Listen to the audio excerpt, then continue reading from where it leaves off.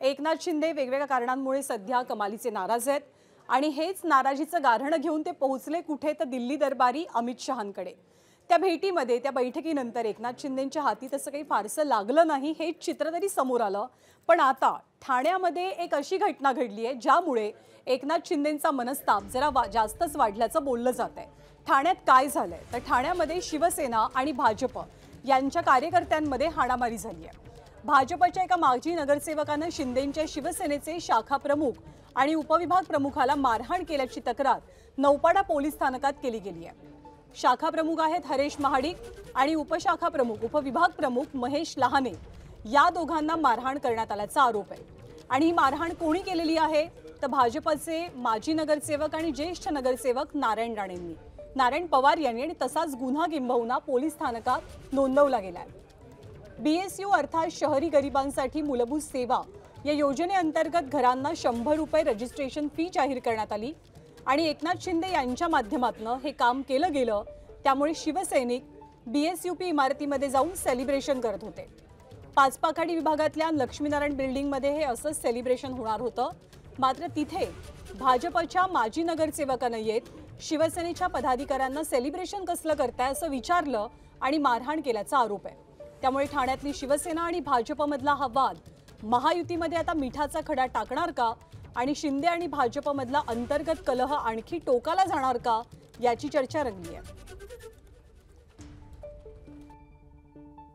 1% stamp duty लागणार होते ते 100 रुपयामध्ये झालं। त्याचं अभिनंदन केलं आम्ही आणि अभिनंदन करणं आमचं सरकार महायुतीचं सरकार आहे।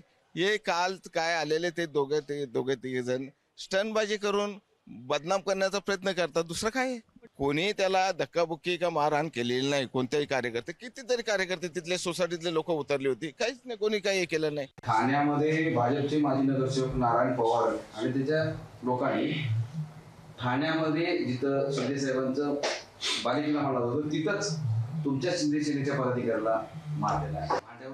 नाही त्याची मला काही कल्पना नाहीये, परंतु या निवडणुकीच्या कालावधीमध्ये एकमेकाच्या विरोधात असलेले छोट-मोठ्या कुरबुरी चालत असतात।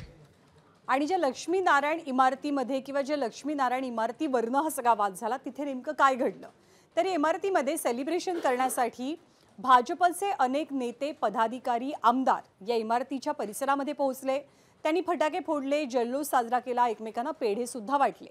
याच मुद्द्यावरनं शिवसेना आणि भाजपमध्ये जोरदार राडा झाल्याचं चित्र पाहायला मिळालं। सोसायटीमध्ये कोण कोण पोहोचलं होतं तर भाजपचे आमदार निरंजन डावखरे ज्यांच्यावरती मारहाणीचा आरोप करण्यात येतोय ते माजी नगरसेवक नारायण पवार, सोबतच भाजपचे पदाधिकारी आणि सोसायटीचे सदस्य इथे उपस्थित होते। पण या सोसायटीमध्ये जल्लोष साजरा करण्यावरनं भाजप आणि सेनेच्या पदाधिकाऱ्यांमध्ये वाद झाला। एक प्रकारे ही श्रेयवादाची सुद्धा लढाई म्हणता येईल, कारण या सोसायटीमधलं जे काम आहे ते एकनाथ शिंदेंच्या प्रयत्नातून झाल्याचा दावा हा शिवसेनेकडनं केला जातोय। पण भाजपच्या सेलिब्रेशनवरती एक प्रकारे आक्षेप घेतला गेला आणि आता काय घडलंय तर आता दोनही पक्षांकडनं या सोसायटी समोर बॅनरबाजी पाहायला मिळते।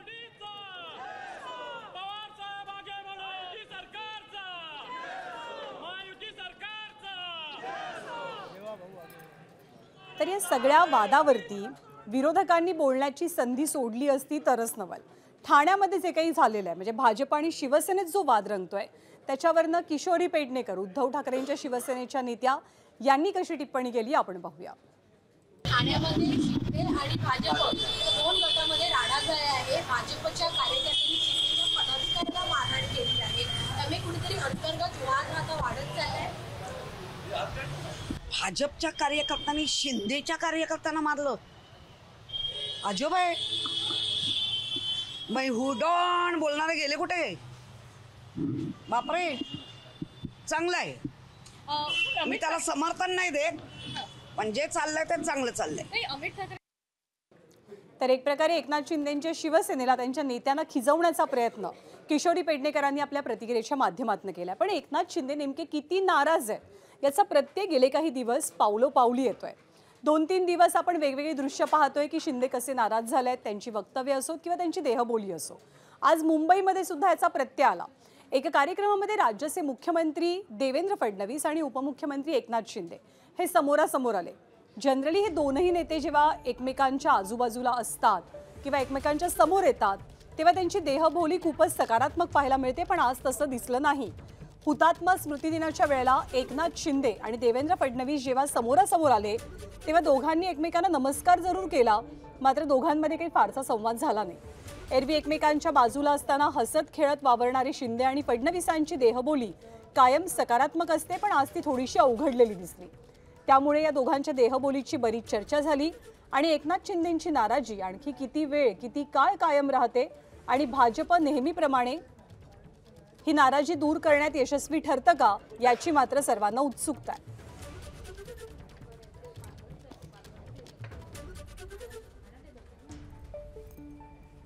आणि एकनाथ शिंदेंचं असं अवघडून जाणं किंवा त्यांची नाराजी एक प्रकारे प्रतीत होणं हे काही फक्त मुंबईमध्ये पाहायला मिळालं असं नाही. तर पाटण्यामध्ये काल बिहारच्या नव्या मुख्यमंत्र्यांचा नितीश कुमार यांचा शपथविधी होता. या शपथविधी सोहळ्यासाठी आपल्या राज्याचे मुख्यमंत्री आणि दोनही उपमुख्यमंत्री उपस्थित होते. पण यावेळेला सुद्धा एक बरंच रंजक, इंटरेस्टिंग आणि बोलकं चित्र दिसलं, स्टेजवर दिसलं आणि कार्यक्रमानंतर सुद्धा. नितीश कुमारांच्या शपथविधी सोहळ्यासाठी एकनाथ शिंदेंनी एकट्यानंच प्रवास केल्याची माहिती आहे, पण अजित पवार आणि देवेंद्र फडणवीस यांनी सोबत प्रवास केल्याची माहिती मिळते. ज्या वेळेला हे नेते बिहारमधनं परत आले त्यावेळेला मुंबईत परततानाही एकनाथ शिंदे एकटेच आल्याचं कळतंय. शपथविधीच्या कार्यक्रमात सुद्धा देवेंद्र फडणवीस, एकनाथ शिंदे या दोन नेत्यांमध्ये फारसा किंवा मनमोकळा संवाद काही दिसून आला नाही. त्यामुळे अमित शहांना भेटल्यानंतर शिंदेंच्या पदरी फारसं काही पडलंच नाही का, असाही प्रश्न या निमित्तानं आता चर्चेला जाऊ लागलाय.